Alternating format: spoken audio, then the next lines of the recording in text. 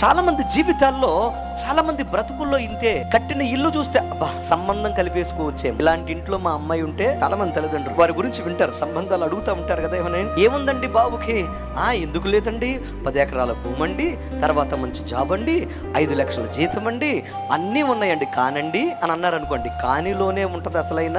అన్నీ బాగుంటాయి కానండి, ఏదో ఒక చిన్న అలవాటు అండి. పైకి చూస్తేనేమో కట్టిన ఇళ్ళు, వ్యాపారాలు, జీతాలు అసలు ఏమైనా ఎంత టెంప్టింగ్గా ఉంటాయంటే ఈ సంబంధాన్ని పోగొట్టుకుంటే ఇంకా నా జీవితంలో అన్నీ కోల్పోయినట్టే అన్నట్టుంటాయి. ఎన్ని ఉన్నా ఏంటి ప్రయోజనం?